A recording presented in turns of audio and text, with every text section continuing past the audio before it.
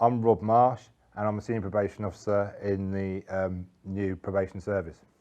My role as part of the old Hampshire and Isle of Wight CRC and now moving into the Probation Service is basically around making sure that restorative justice is part of what we do and trying to kind of enable us to ensure that restorative justice opportunities are available to our service users.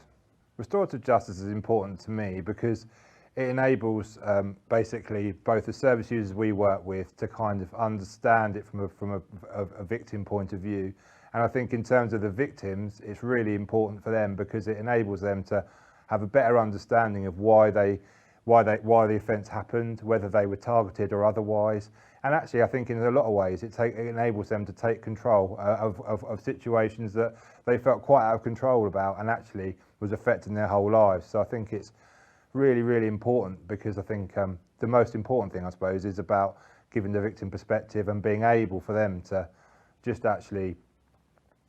take back control, really. I think the benefits of restorative justice are the opportunity to communicate effectively between the two people and actually to understand that both are humans and actually that there are reasons why things have happened, and really that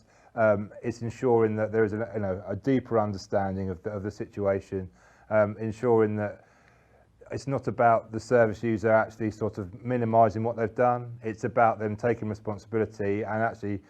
if they're really engaging properly, enabling the victim to kind of ensure that they can have their voice heard and actually have it and feel that they are listened to,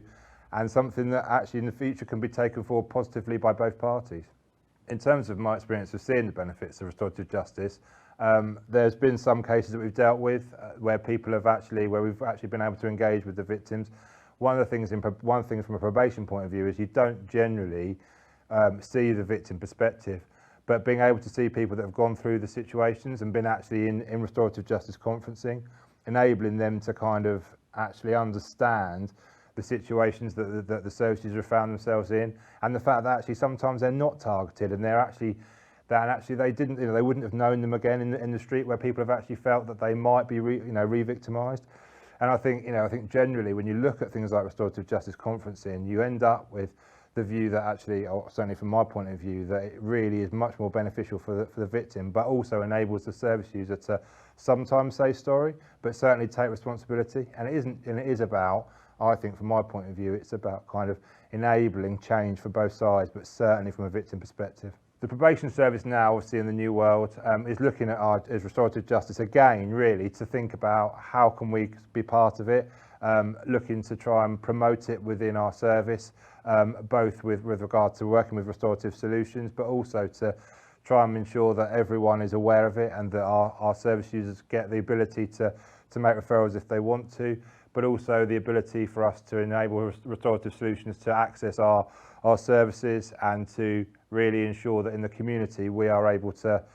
ensure that any victims that we can actually come into contact with can also make referrals to themselves. So enabling us really to spread the word and actually ensure that restorative justice is a key pillar of what we do.